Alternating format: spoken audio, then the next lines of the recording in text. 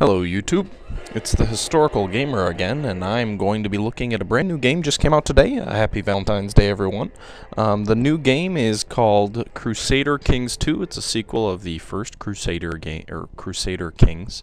A very popular game. It's published by Paradox. And like I said, it just came out today. So let's take a look at it. It's a game where you take on the role of a ruling family in medieval Europe, and you guide that family hopefully to dominance and success and whatnot.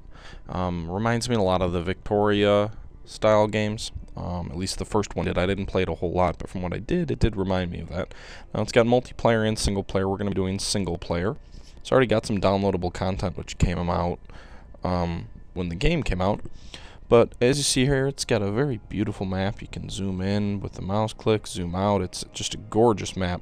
Now, there are kingdoms in the Middle East and whatnot, with the exception of... the Muslim kingdoms cannot be played. They obviously play a role in the game, but you do have to take on the role of a Christian kingdom. You also can't take on the role of a pagan country, so like the Pekingese, or however you pronounce that, or the Cummings. You can't actually play as them because they're pagans, they're not Christians. You have to play the role of a Christian. There's numerous options. You can start the game at a few different periods of time. We're looking up here on the upper left, and the map will adjust accordingly. So the first start is Stamford Bridge. That was when I believe that was a fight between Stamford Bridge.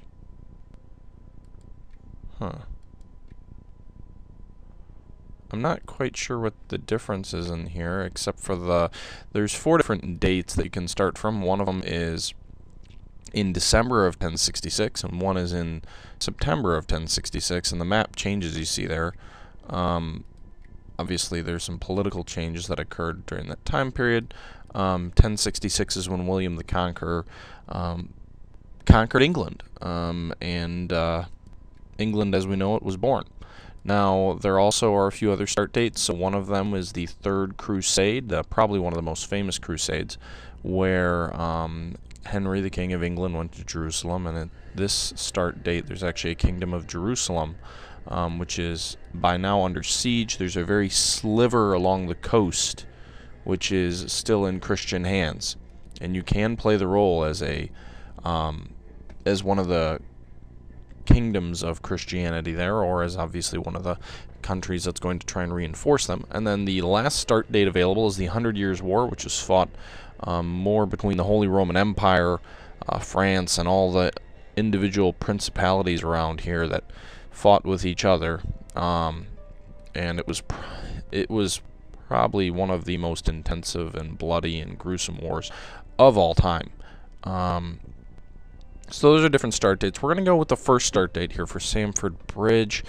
I'm going to be working my way around the game, so as you watch me, it's kind of going to be a learning experience for us as well, because frankly, I haven't played this yet. I just powered it up, just started the screen capture, so I'm kind of deciding what country I'm going to be. Let's see, who would we want to be? I want to be someone small to kind of grasp the game easily. In the older game, there was an option to choose between different levels. So you could be like, you could start off as like a king, an independent realm, a king. You could be a count and just in charge of like one individual state. It looks like you can still do that here. Or dukes, which might be in charge of, you know, a larger portion of land.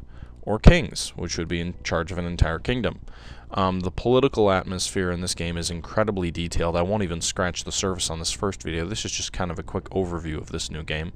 And then future videos will delve into it in more detail.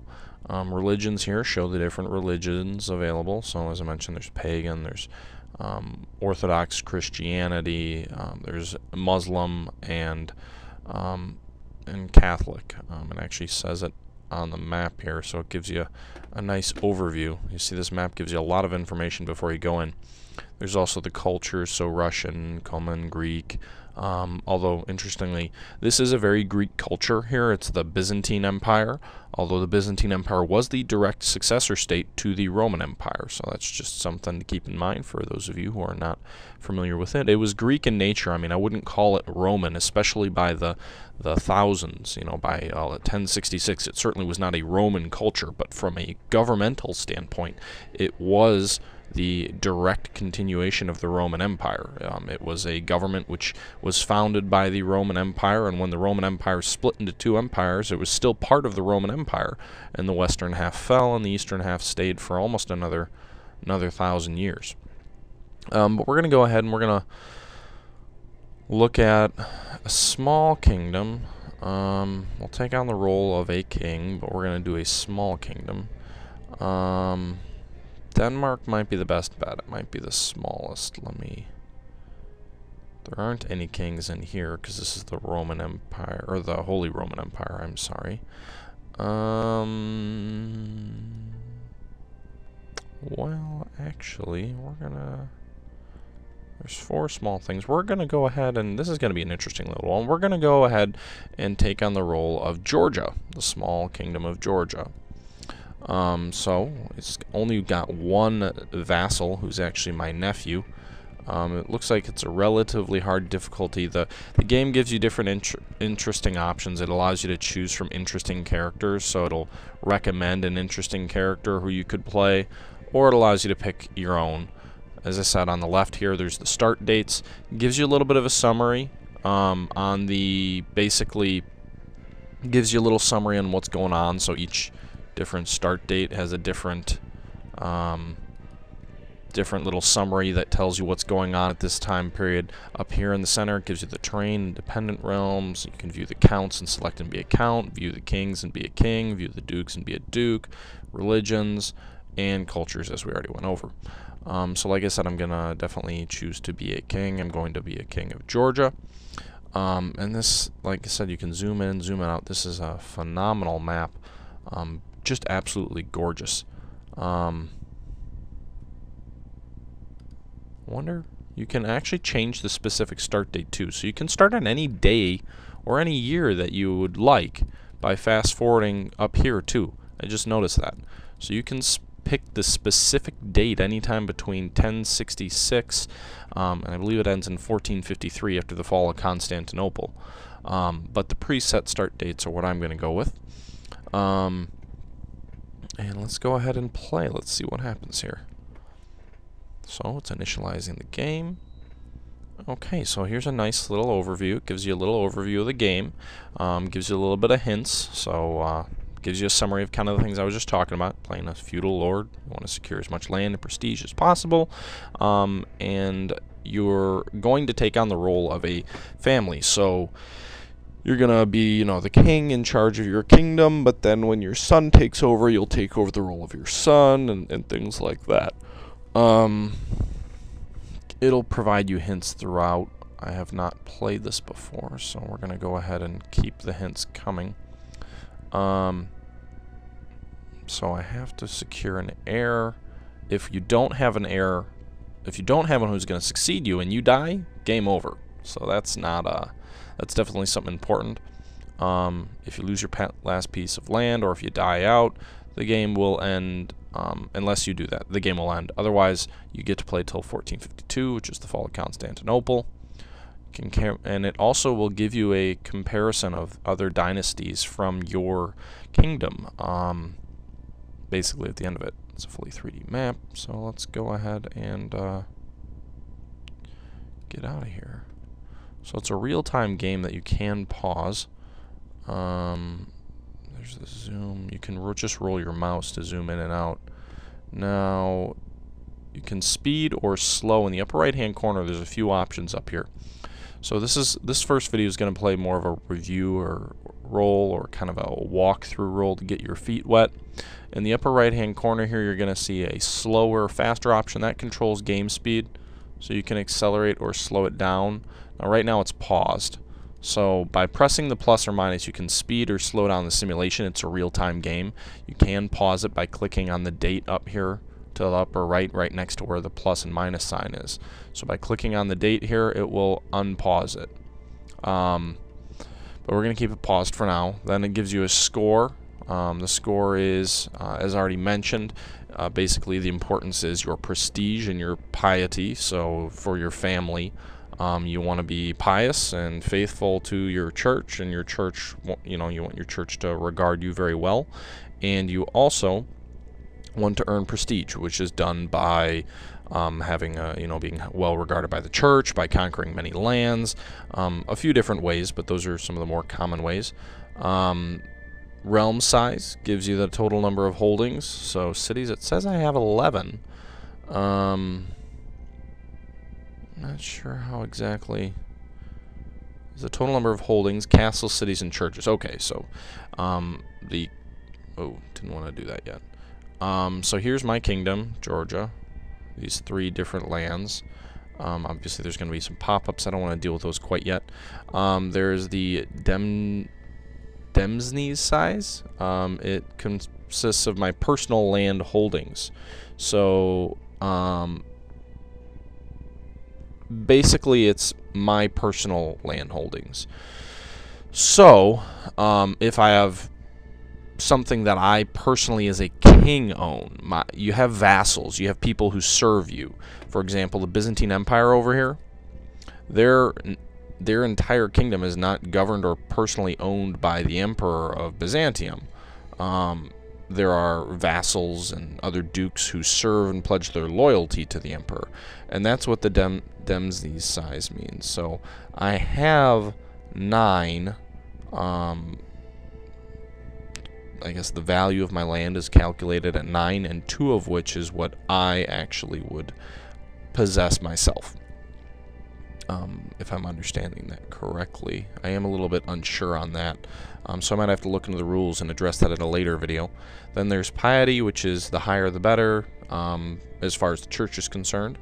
Prestige, another measure of your score.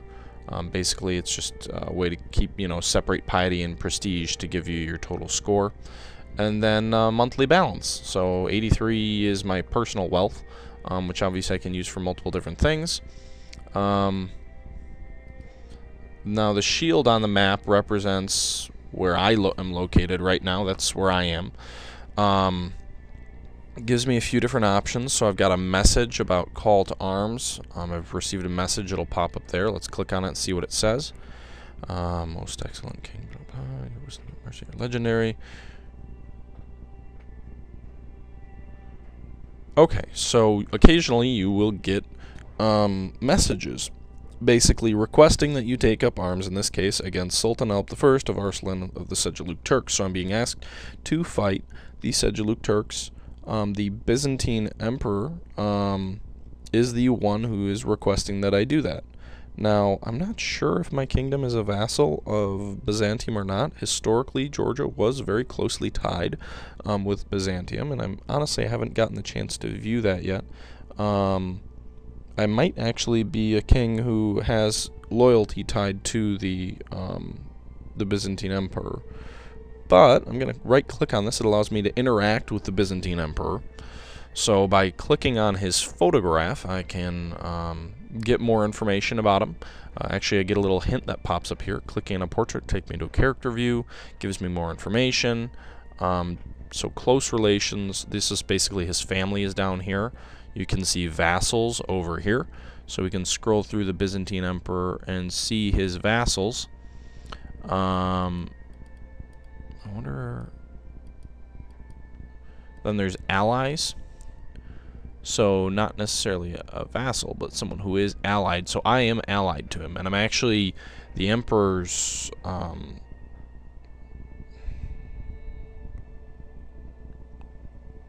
So I'm actually the Emperor's son's father-in-law. Okay, well that would explain the alliance and that little request that he gave me. The member of his court, so all these different members here. His titles and tides are up here. Opinion of me here. So I've got plus 16 diplomacy. He views me favorably. gives a little bit of overview. Basically, just you can find a lot more information in here. Don't want to bore you too much, but there, you can find information in there. So we're going to close that. If I decline, I'm going to be hurt with prestige, so I should accept, and I will do that. I'm trying to find where exactly he's asking me to go to war here. I clicked accept, but I don't know where I'm supposed to go to war yet. So I'm going to try and locate that here real quick. It's Aleppo. Okay.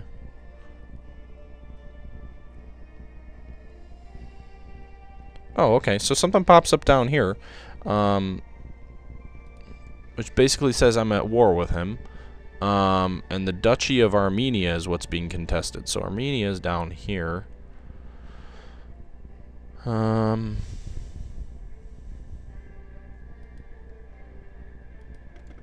So it does give me a little overview of what's being contested. There's a war score, occupation battles, it gives you all this stuff. So here's the Emperor fighting the Sultan of the Turks. So actually the Seljuk Turks are right here. So this is going to be the Seljuk lands. And I wonder if I can change, let's see how let's change the map. So we can change on the lower right, we're going to go to the lower right hand corner of the screen. And you will see there is several different options. It allows you to change the maps, just like we saw earlier. So this goes just to terrain. Then there's a independent realms option, shows all the different independent states and countries. Diplomatic relations with one another, religion, as we already mentioned, culture is mentioned, direct vassals, so states that are directly tied to the emperor. So Byzantium controls Taros, but they're allied to Byzantium. So this is their direct vassals. These are the cities they directly control. Other cities might be controlled through indirect means. This shows economy, so the darker green, the more wealthy. Constantinople, one of the richest, probably the richest city in the world at this moment in time, is the most green. Right up there. And then some more in the Levant down here, which was another wealthy area. Then there is opinions. So this map shows the opinions toward me. So obviously my lands are going to be very well regarded. Byzantium is pretty well regarded, and other countries, you know, have lower opinions of me. Dynasties, this breaks up all the different dynasties. Gives you a revolt risk. The darker red, the higher the risk of revolt. Traditional empires of Europe, this shows that. So Byzantium traditionally was much larger than it is now. Historically, the Byzantine Empire controlled all of this land. They do not anymore. So if you look here, this is the Byzantine Empire now. This button, the de jure empire, gives you their historical lands. So obviously it's much smaller than it was. And then you can see this, it gives you the Holy Roman Empire as well. Now there aren't any other well-established empires right now, so those are the only two that it shows on there right now. De jure kingdom gives you the traditional maps of the kingdoms of the world, which there's a lot more right now. And then the map shows the geographical traditional duchies of Europe, so duchies instead of kingdoms. I'm going to stop now. I've been talking for a while. I don't want to bore you too much, but I was just trying to give you a little bit of an overview of this game, kind of how to find different things. Well, actually, we're going to go over one more thing. There's the council. You can click up on the upper right. There's some more buttons on the upper left. I'm sorry, the upper left. More buttons give you different options, so you can control your government. It's important to remember that during this day and age, I mean, there were no real nations to be compared with what we have today. So a nation state doesn't exist. So you have a family that rules these lands. There are other families that rule other lands, and if you're more powerful than them, they may be subservient to you and pay you tribute and follow your lead and things like that. You do have to appoint people to your council, and it gives you lists of options there. You can pass laws, basically being the fact that you're a absolute monarch. You can pass laws. You can research technology by going here. There's the military management button right here. Intrigue allows you to basically hold tournaments and other things that would have been going on in this era. Basically, you're going to micromanage your kingdom or your duchy or whatnot. You can, diplomacy is important, obviously, and arranging marriages was very important in this time period. You can make religious decrees, manage the church in your country, and manage your individual characters. So, I didn't want to make this a listing of things, and that's kind of what this became, but this is the basic layout of this game. I'm going to continue on with some more videos that are going to go over more of these features and actually get playing into the game as Georgia. But, I mean, that gives you a basic overview of what I'm going to be talking about. Those are the basic controls of this game and basic functions on how you do different things in this game. And, yeah, I mean, if you want to find more about this game, if you'd like to see more about this game, I hope I didn't bore you too much, but just check out the next couple of videos because there's going to be a lot more going on, a lot less just reading about different features, but I did want to get that out of the way so we kind of didn't have to explain every little feature as we went through it on future videos. So if you like this video, like I said, please like it, subscribe, and I'll have more videos up shortly.